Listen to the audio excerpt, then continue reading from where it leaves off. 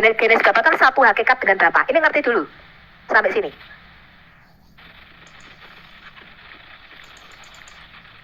Halo? Ngerti Ya, Bu, silakan, Bu. Ngerti ya? Yesus itu Allah karena dia sang firman Allah, satu jenis monogenes, satu hakikat dengan Bapa. Nah, sang firman ketika menjadi manusia disebut anak Allah. Ngerti dulu ya? Firman yang ada di dalam diri Bapa itu monogenes, satu jenis, satu hakikat. Hakikatnya adalah Elohim atau Allah. Jenisnya itu Allah. Ya, Anda baca 1 Korintus 15. Makhluk-makhluk surgawi, para malaikat itu satu jenis dengan Yesus. Namanya makhluk ilahi atau makhluk surgawi. Kita yang di bumi ini disebut human being. Jenisnya manusia. Jadi Allah di dalam Alkitab itu merupakan jenis makhluknya. Ini Anda harus tahu dulu.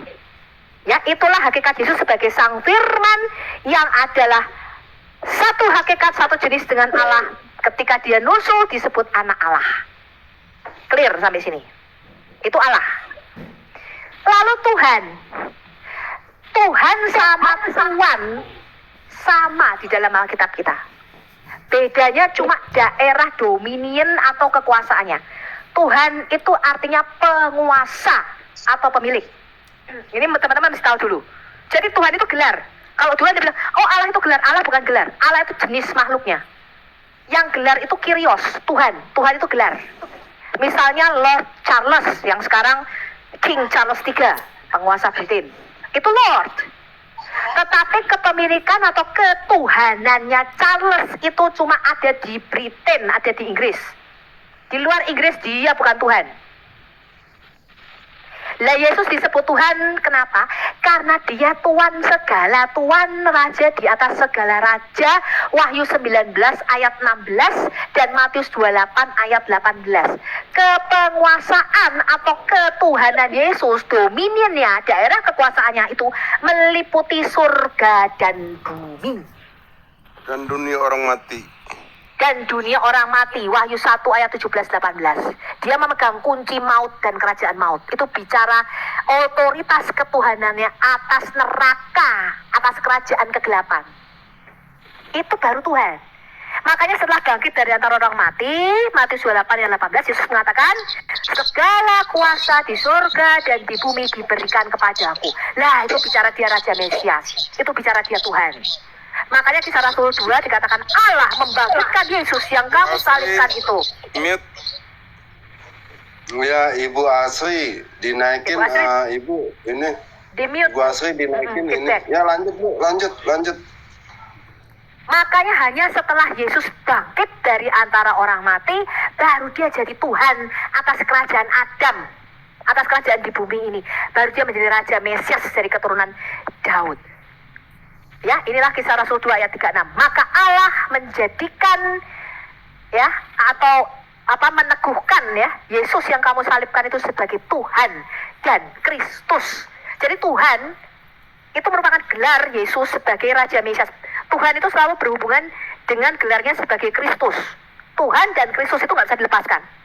Ya, ketuhanan Yesus itu bicara karena dia Raja Mesias. Ini teman-teman harus tahu dulu. Oke, satu. Kedua, Anda harus balik di kitab Kejadian. Saya bicara Kejadian 1 ayat 26. Nah, inilah sebabnya Muslim itu tidak ngerti kenapa Tuhan harus jadi manusia.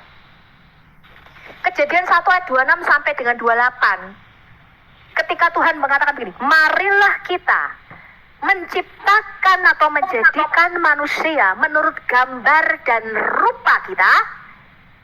Biarlah mereka berkuasa atas burung-burung di udara, ikan-ikan di air, dan semua binatang melata yang ada di muka bumi. Ketika Tuhan ngomong begini, marilah kita menjadikan manusia menurut gambar, selem dan demut. Itu bukan bicara Tuhan punya hidung, kita punya hidung, Tuhan punya tangan, kita punya tangan. Bukan.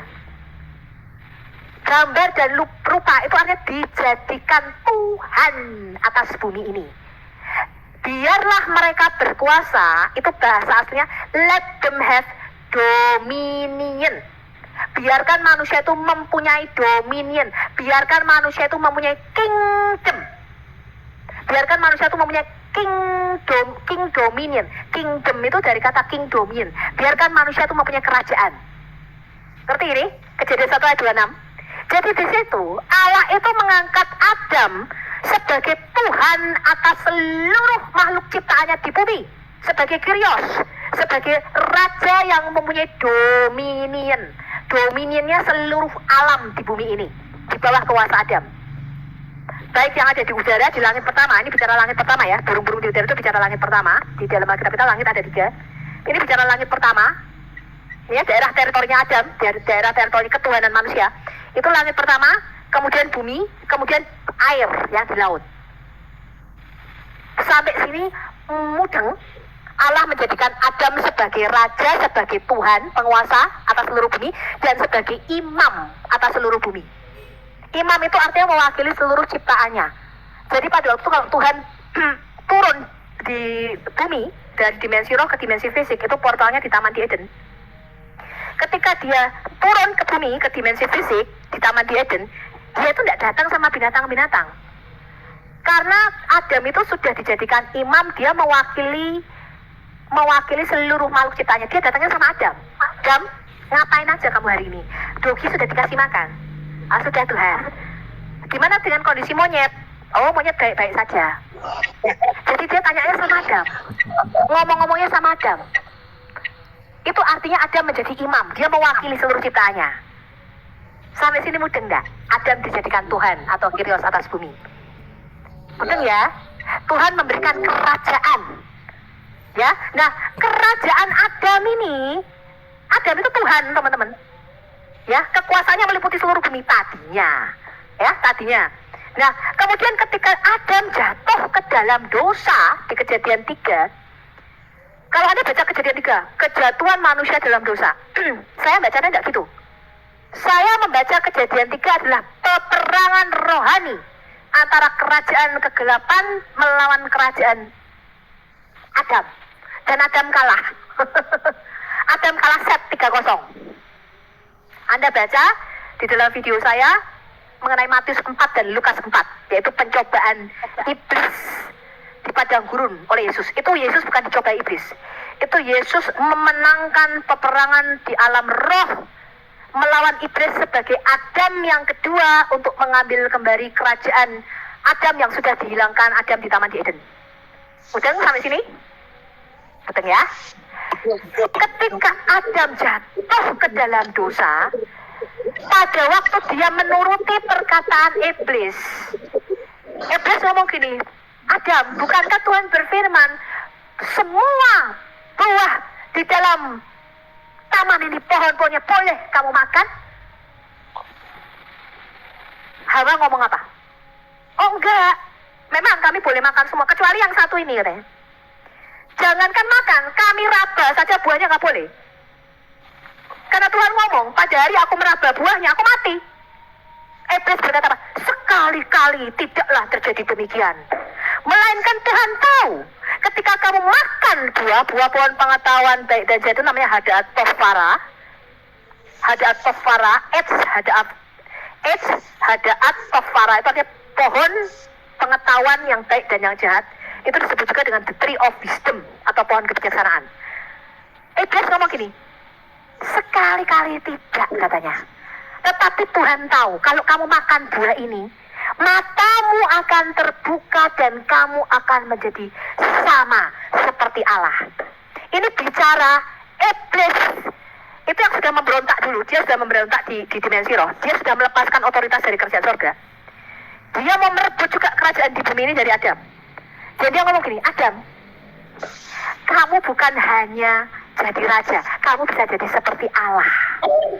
Kamu tahu yang baik dan yang jahat, kamu bisa memutuskan sendiri kerajaanmu di bumi ini. Nggak perlu lagi otoritas Tuhan, nggak perlu. Iblis membujuk Adam untuk melepaskan otoritas kerajaan di bumi dari otoritas kerajaan surga. Sampai sini ngerti?